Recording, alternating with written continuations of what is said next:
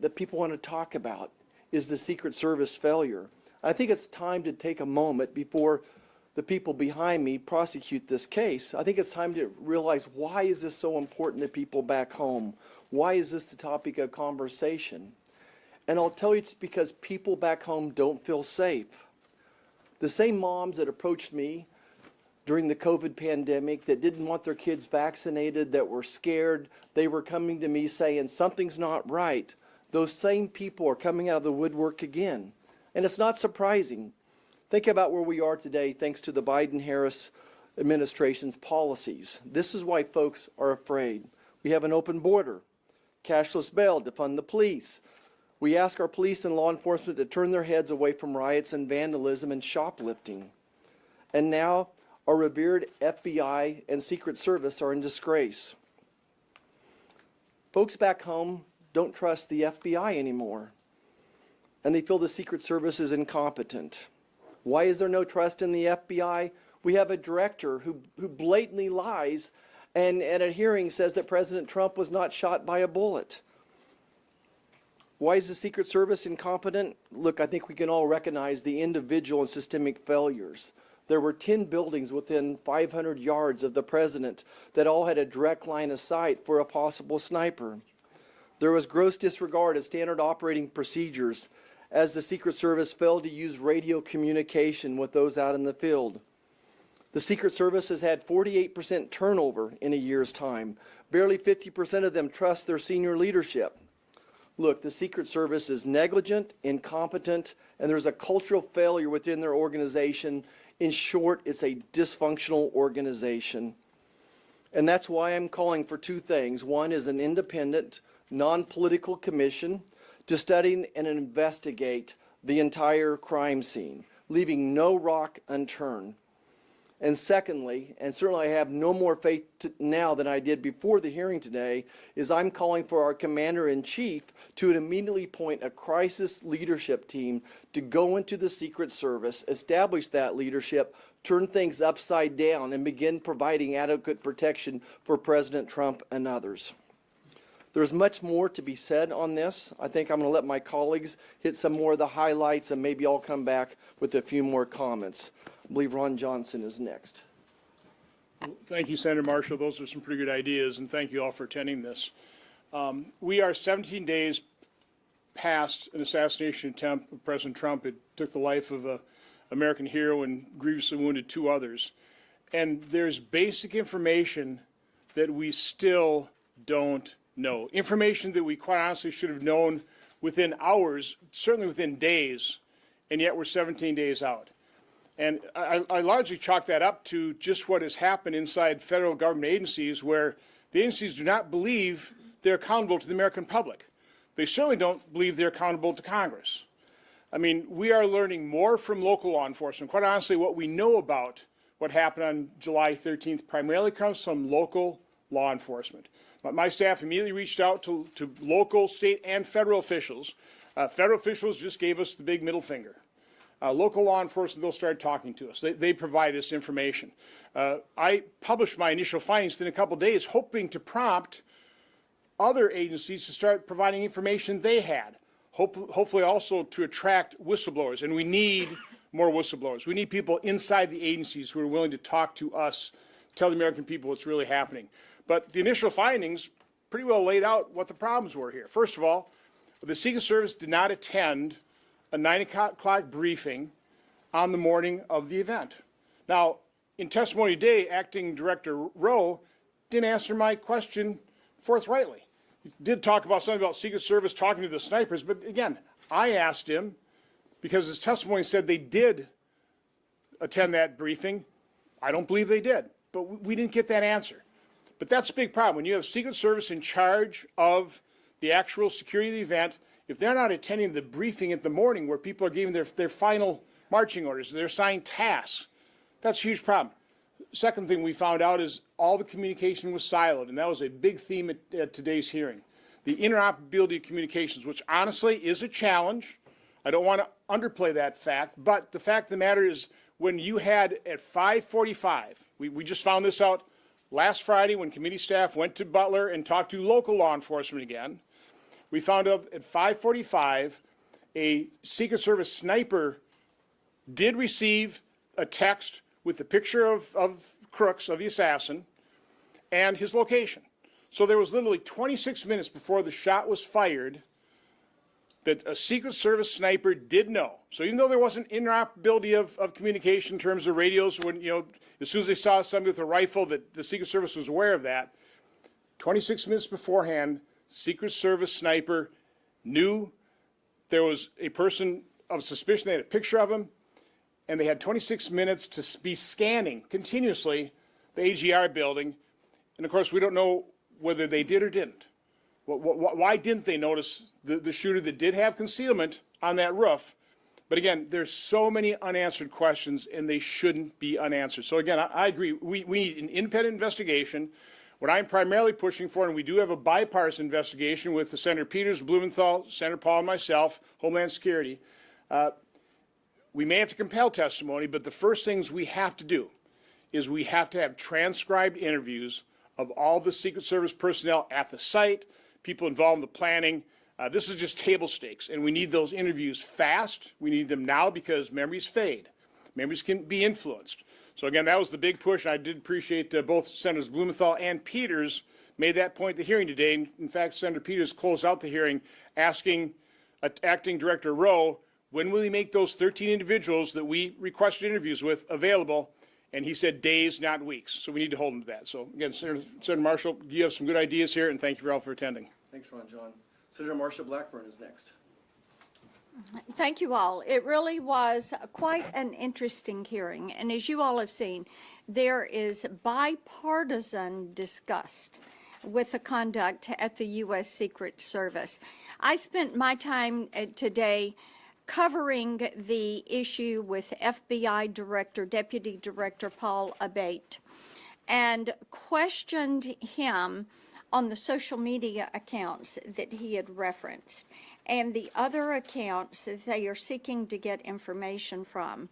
Now, he had mentioned one account that said that Crooks was an anti-immigrant individual, anti-Semitic, etc. That was an earlier social media account. We still don't know the platform or the username. And this was when Crooks was probably 14 or 15 years old. The second account is the more current account. It was an account at gab.com. And this account shows Crooks to be someone who is leftist in his leanings. He was pro-illegal immigration. He was pro-lockdowns, pro those leftist policies. So what we need to hear from the FBI is clarity around this. We do not need them to come in and provide testimony where they are going to contradict themselves. We need some certainty. I don't know why they would be trying to nuance this. What we had was an assassination attempt on President Trump, and we want to know what happened. The other point that I covered was the issue around whistleblowers and the culture that is at the Secret Service. And this is something that the whistleblower who sent the email this morning pointed out, that the mission at the Secret Service right now is CYA, and that every supervisor is exercising CYA. I think this is completely inappropriate. These are people that have one mission, and it is to make certain that you protect the individual that you're responsible for. There are 31 protectees that the Secret Service is responsible for. The urgency of their mission speaks to the fact this isn't like a federal agency that misses their casework numbers or a company that misses their revenue numbers. When the Secret Service screws up, people die. That is what we saw in Butler, Pennsylvania, and they are going to have to be held to account for this. Thanks, Marsha. Senator Mark Wayne Mullen. Thank you, Roger, for doing this. This is a world that I used to live in for a little bit, and there's several questions that have to be answered that's not. And they're really simple, right? Who is AIC, the agent in charge? What SOPs are they using? Standing operating procedures. Who set the perimeters up? Where were the perimeters? What was the initial plan?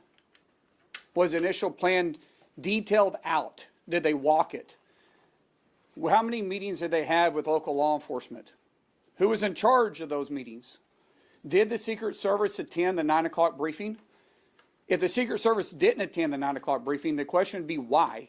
Because the Secret Service is leading the entire perimeter and leading the whole detail for the purpose of protecting President Trump. If you can't answer those simple questions, then what are you hiding? Right? Most of the time you start with 3 perimeters. The first perimeter would be always protected by local law enforcement. It always is. You use in local law enforcement, it's the softer perimeter. It's the perimeter that's protecting all the buildings, making sure there's no high point advantages, that everything is clearly being looked at within that first perimeter. They're watching the people coming in. They're paying attention to the individuals, the crowds, which way the crowds are moving, who may be an agitator in the crowd. The second perimeter is a little bit harder of a perimeter. It's where you get your bags checked, right? It's where you make sure you have a clear bag. It's where you go through your metal detectors. It's where you present your credentials that you're able to be there. That's going to be local law enforcement. It'll be some uniformed individuals. It'll also be your bigger SWAT team. The inner one, which is called the diamond, they had 3 jobs: to protect the principal from harassment, embarrassment, and death. Harassment, embarrassment, and death. Out of every single detail you run, you always do a debrief. You break it down. What went right? What went wrong? How do we improve? All we're asking is the Secret Service to give us the briefing. What did they break down? What's the simple issues that they dealt with? Where was the failure points? Because if you cannot admit you did something wrong, you're destined to do it again. As Senator Blackburn laid out, there's 31 individuals that's every single day they're depending on the Secret Service to do their jobs. That means there's 31 individuals that have families that's depending on the Secret Service to do their job. They should do their job. We want them to do their job. I spoke with President Trump the day after the assassination attempt. And I'll tell you, the first thing he did is he praised the Secret Service, the ones that were in his diamond, for doing the job. He praised them for jumping in and protecting him. His words was, didn't they do a great job? Yeah, they did do a great job protecting him. They did a horrible job with the perimeter and protecting everybody else that was there. I'm not against the Secret Service, but people need to be held accountable, not just Kimberly, the former director, other people there that was in charge of the site. They need to be held accountable also. And I think that's what Congress is trying to get to. We want to prevent this from ever happening again. We want to help them, but they're not being transparent with us. If they're not, then we'll have to go around them if they're not going to work with us. Thank you, Roger. You bet, Mark Wayne. Senator Cruz. Thank you, Roger. In Butler, Pennsylvania, we saw the worst and most catastrophic security failure of the Secret Service since 1981, the attempted assassination of Ronald Reagan. Now, to be clear, the line agents, the Secret Service agents who were protecting President Trump, they demonstrated remarkable bravery that day. They put their bodies between the shooter and President Trump at great risk. So this criticism is not directed at them, but it is directed at the political leadership of the Secret Service. Today, we had testimony from the Deputy Director of the FBI and the Acting Director of the Secret Service. And I will say the Secret Service Acting Director Rowe did marginally better than his predecessor. His predecessor, who has since resigned, approached this shooting with an effort to stonewall and obfuscate and refuse to answer any questions. We had an all-senators briefing that she was on where if you listen to her, nothing went wrong and they did a fantastic job. She should have resigned the day of this shooting. She did not. She should have been fired the day of this shooting. She was not. Acting Director Rowe at least acknowledged that their failure to secure the roof from where the shooter fired was indefensible. That being said, he continued the pattern we have seen from the Biden administration of stonewalling in this hearing. In the immediate wake of the shooting, the Secret Service official spokesperson sent out a tweet saying, "The Trump team never asked for additional security. We never denied them additional security. In fact, we gave them additional security." We now know that tweet is a lie. The person who sent it, the Secret Service spokesperson, still has his job. The acting director refused to answer whether he personally approved that tweet. He refused to answer whether the then director approved that tweet. We now know because the Washington Post broke the story, not because the Secret Service told it, but because the Washington Post broke the story, that repeatedly President Trump's team and President Trump's detail asked for additional agents, additional counter snipers, additional equipment, and repeatedly the Secret Service said no. When I asked the acting director at the hearing how many times did they ask for additional protection, he didn't know the answer to that. When I asked how many times were they denied, he didn't know the answer to that. When I asked who denied it, he said he didn't know the answer to that. He couldn't answer if it was him, couldn't answer if it was the previous director. He started talking about, well, there's a committee, and this committee goes to that committee, and it was a marvel of bureaucratic nonsense. Apparently, in the Biden Secret Service, the buck stops nowhere. Nobody has responsibility. I asked him, is the individual who denied additional coverage for President Trump the same individual who denied coverage for Robert F. Kennedy Jr.? It's utterly indefensible that RFK went months without Secret Service protection. His father was assassinated running for president. His uncle was assassinated when he was president. RFK Jr. had multiple death attempts. And yet the Biden administration refused to give him Secret Service protection until after the attempted assassination of President Trump. I believe that decision was political. I believe that decision was partisan, and the political leadership of Secret Service understaffed the security detail of President Trump. For the same reason, they did not provide security to RFK Jr. There are obvious questions that need to be asked. Why were there not more agents assigned? When the shooter at 3 o'clock came through the magnetometer with a rangefinder, why was he not questioned? Why was he not detained?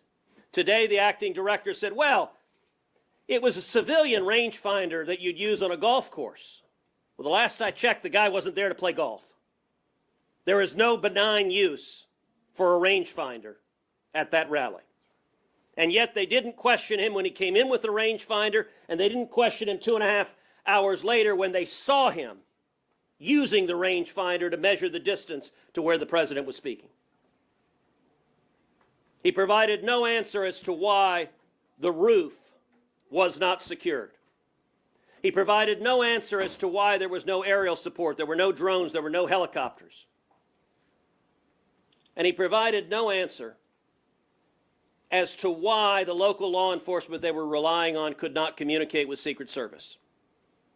We now know that 1 minute and 57 seconds before the first shot was fired, bystanders spotted the shooter on the roof with a rifle. We've all seen the videos on X. Pointing out, he has a gun, he's on the roof, pointing it out to local law enforcement. That was 1 minute and 57 seconds before the first shot. If local law enforcement was able to speak to Secret Service, they would have pulled President Trump from the podium and he never would have been shot, and nobody else would have been killed. We also know that a local police officer climbed up to that roof to examine directly what was happening, and the shooter pointed his rifle at him. The local police officer ducked down, fell to the ground. That was 24 seconds before the first shot was fired. Presumably that officer has a radio, but the Secret Service hasn't told us that. Presumably with the radio, the instant he saw a gunman on the roof with a rifle, you would be in the radio saying, shooter, shooter, gun, gun. 24 seconds is a lot of time for a Secret Service detail to go and pull President Trump down. It's a lot of time for a counter sniper to take out that sniper. The only rational inference is that local police was not able to talk to Secret Service. And from their testimony today, they've done nothing to improve it. Now, another set of questions that I asked, what's the relevant size of President Trump's detail compared to Joe Biden's detail, compared to the First Lady's detail? Secret Service refused to answer that question. The obvious follow-up is, what is the relative threat level? How many threats are directed at Donald J. Trump? How many threats have been directed at President Biden? How many threats have been directed at the First Lady? Those are simple questions that require accountability. I hope and expect we will get them. But the critical question, and I want to underscore the call that has come from multiple senators for whistleblowers. I believe the rational inference from the evidence we know now is it was political bias at the top, at the leadership of the Secret Service, that led to insufficient agents and insufficient resources being devoted to protecting President Trump. And if it is true, we need to see on writing the discussion of why they didn't act sufficiently to keep the president safe. All right, Mike Lee's next. The late Associate Justice Oliver Wendell Holmes Jr. used to say that there's a point of contact in every case, and he defined that point as the place where the boy got his finger caught in the machinery. Comparing that statement here, we might say that it's a point of failure. Where are the points of failure that the Secret Service should have acknowledged? Where are the points of failure that after 17 days since this assassination attempt, the Secret Service still hasn't even answered the most basic questions? Let's look at what some of those were. First of all, why on earth did they ever let Donald Trump take the stage? He'd already been identified as a suspicious person who had entered with a rangefinder, something that one doesn't normally bring to a political rally. They otherwise regarded him as suspicious. They had taken photos of him. They had sent those things along to the Secret Service. Why on earth did they not remove President Trump from the stage after spectators and local law enforcement assigned to help protect the president had noticed that there was a guy with a rifle on a roof? By the way, it was a sloped roof, and noticeably absent today was the sloped roof defense. I don't understand exactly what role that played in their initial pronouncements. After this attack, maybe they got roofied or otherwise convinced to adopt a feigned sloped roof defense. But that was absurd, as was the Secret Service's initial denials of the repeated requests made to the Secret Service for additional protection.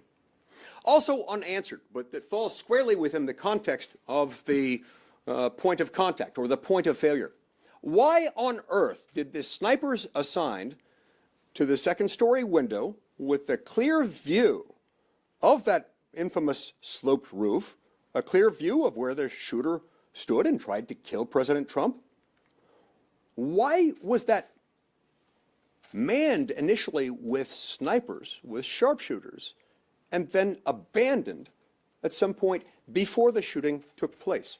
Now look, these are and should be obvious and easy basic questions for the Secret Service to answer. And they have had no fewer than 17 days since the attack to answer these questions. These are questions that they should have started asking and probably should have been able to answer within 24 hours. And yet again and again and again, what I heard, what my colleagues heard, what you heard if you were watching, was we're looking into it. I'm sorry, that doesn't cut it. These are legitimate questions. And for the reasons that we've identified, it's not as though the Secret Service has comported itself in a manner that calls out to us to defer to them, to have confidence in them. Nobody wants to believe the worst, to suspect the worst about what happens within government. But when they lied to us repeatedly, then when they refused to answer the most basic questions, when they almost willfully declined to take any of the most basic precautions in order to protect the president, the former president, and I hope the next president of the United States, one has to wonder. Remember, King David didn't personally kill Uriah the Hittite, but he let him go out into a battlefield where he knew there was an imminent risk of grave bodily injury, and he made sure he didn't have adequate protection. We've got to get to the bottom of these questions to make sure that Donald Trump was not intended to be a Uriah the Hittite. Well done, Bathsheba. Yeah, we have to get King David his own representation. See if I can follow John that. Cornyn, go ahead. Well, it's obvious there were multiple points of failure on this day where that resulted in the loss of 1 life and 3 injured individuals, including the former President of the United States and Republican nominee for president in 2024. Some of the things that struck me were, for example, the drone that was used by the shooter to surveil the grounds to see where everybody was and where they were not. And amazingly, when the Secret Service tried to use their drone, they said there was a network congestion. I asked the obvious question, why, if the shooter's drone worked, why didn't the Secret Service's drone work? And they said, well, we're looking into that. Secondly, as you know, the drones are ubiquitous these days, and they can also be weaponized. So there would not have been even a necessity for the shooter to have a gun if he had an ability to deploy a weaponized drone that day, something that the Secret Service was completely unprepared to deal with. I asked, do you have electronic warfare or jamming capability? And they said, well, we really can't talk about that here. Another one of their multiple points of failure. And then, as you've heard from my colleagues up here, the fact that a suspicious individual was identified, the acting director wanted to say, well, it wasn't until we saw the gun that we knew he would be a problem or a threat. But the fact of the matter is, the Secret Service allowed President Trump to go on the stage without having adequately investigated this suspicious individual. If they had simply asked him to stand down while they investigated, they would have discovered the shooter, and this shooting would never have occurred in the first place. Next, the Secret Service simply tried to delegate to local law enforcement their responsibilities, which are to keep their protectees safe. And the acting director made the point of saying Secret Service are the elite in law enforcement, and I believe that's true. These are the best of the best. But then for some reason, when it came to providing protection for President Trump, they delegated this to local law enforcement, obviously people less trained to deal with the sorts of threats that they saw that day, resulting in another point of failure. But finally, the lack of communication or ability to communicate the threat to the agents on the stage with the president was another point of failure. Because if they had been able to have simply a walkie-talkie or radio which would have communicated from the field directly to the agents, they could have asked the president to keep his seat and to stay out of harm's way. So thanks to the divine intervention, President Trump did not lose his life that day. I told him that it's obvious God has other plans for him.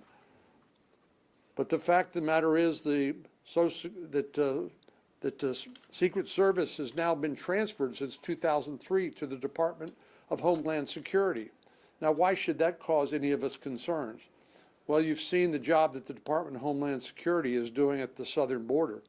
With about 10 million people released in the interior of the United States, Alejandro Mayorkas should have resigned years ago, completely incompetent, lied to Congress repeatedly, and now he's in charge of the Secret Service because they're part of the Department of Homeland Security. Obviously, we need to look at this matter from top to bottom, and we need to fix the Secret Service so no future candidates or existing office holders are exposed to this sort of threat again. Thanks, John. I just want to put an explanation point on this, and we'll open it up to questions. I think my colleagues did an excellent job of pointing out both the individual and systemic failures by the Secret Service on the day of this assassination attempt. And that's why we need a crisis intervention team to go in right now. We don't have to wait to see what the findings are from all the studies that we're doing right now. That being said, we need to make sure we uncover every stone, and that's why we need some type of an independent, non-political commission to dive deep into this. So we'll stop there. Some questions. Josh in the back, go ahead. Was there ever any discussion in the planning stage about communicating from the advance team to Trump's security detail or the campaign risks of the clear line of sight from the AGR building? Based on your discussions with Secret Service? We haven't got any of that. They haven't told us that. With the, I mean, the simple question is why wasn't it inside the perimeter to begin with? That'd be the simple question, right? That hasn't even been answered. We haven't been told how many rings of perimeters did they have. Did they have 1, 2, or 3? I mean, obviously they had 2, but did they have the third one to push out? This is only 150 yards, 140 yards from the platform. When you're setting up a perimeter, you take all points of advantage. You take the water tower and you take every building around there that has direct sight. That is your third perimeter. That's your outer perimeter. So there was obviously no communication about it, but it would be the Secret Service that would be in charge of setting out the site planning to begin with. So I would assume not, but they haven't told us. You know, I think the frustrating to me is that there was no standard of operating procedures defined or followed. Where should this first perimeter be? How far should it go out? Should there be any buildings left within 500 yards of the president with the direct line? Well, obviously there should not be. When do we decide to give President Trump more protection? There seemed to be no guidance. It seemed to be too political of an opportunity here. John? Well, sir, I was going to ask, I think it came up during hearing that someone said they thought they were about 1,500 people short in terms of manpower. Is it conceivable that it's a budget issue, that they don't have the coverage because they don't have the financial resources? Yeah. I think we've doubled their budget in the last 10 years. They have 8,000 agents protecting 33 people. That they need to be able to roll up the people that are sitting and doing nothing in those offices. And I say nothing. I shouldn't be that cavalier. They are doing important things. But obviously, in this situation, President Trump probably needed 4 or 5 times that. I would argue that it would be next to impossible to make that particular site safe for the president. It's going to take more than just throwing money at it. And I think certainly it starts with leadership. And that's what we're lacking right now is leadership. The AIC would be the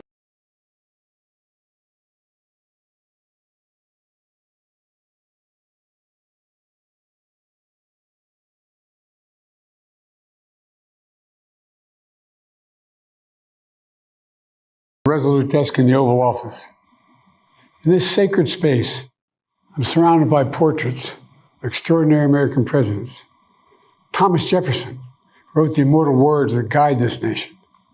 George Washington, who showed us presidents are not kings. Abraham Lincoln, who implored us to reject malice. Franklin Roosevelt, who inspired us to reject fear. I revere this office, but I love my country more. It's been the honor of my life to serve as your president. But in the defense of democracy, which is at stake, I think it's more important than any title. I draw strength and I find joy in working for the American people. But this sacred task of perfecting our union is not about me. It's about you, your families, your futures. It's about we, the people. We can never forget that. And I never have. I've made it clear that I believe America is at an inflection point. One of those rare moments in history when the decisions we make now will determine our fate of our nation and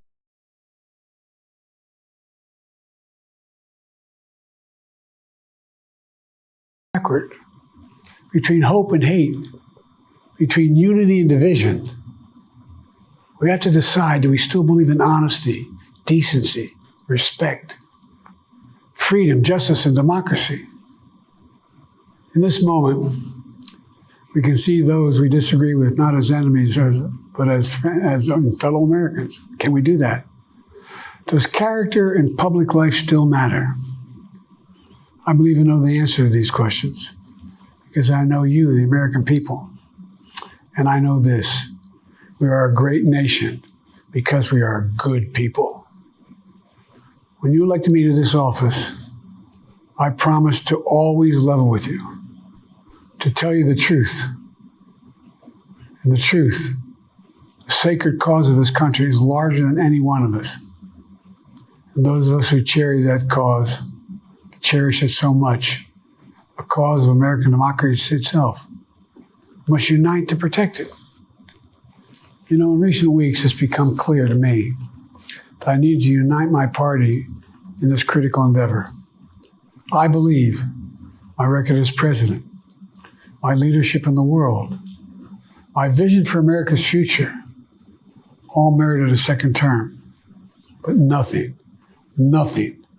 can come in the way of saving our democracy. That includes personal ambition. So I've decided the best way forward is to pass the torch to a new generation. That's the best way to unite our nation. You know, there is a time and a place for long years of experience in public life. There's also a time and a place for new voices, fresh voices, yes, younger voices. And that time and place is now. Over the next 6 months, I'll be focused on doing my job as president. That means I'll continue to lower costs for hardworking families, grow our economy. I'll keep defending our personal freedoms and our civil rights, from the right to vote to the right to choose. I'll keep calling out hate and extremism. Make it clear there is no place in America for political violence or any violence ever, period. I'm going to keep speaking out to protect our kids from gun violence. Our planet from climate crisis is the existential threat. And I will keep fighting for my cancer moonshot so we can end cancer as we know it, because we can do it.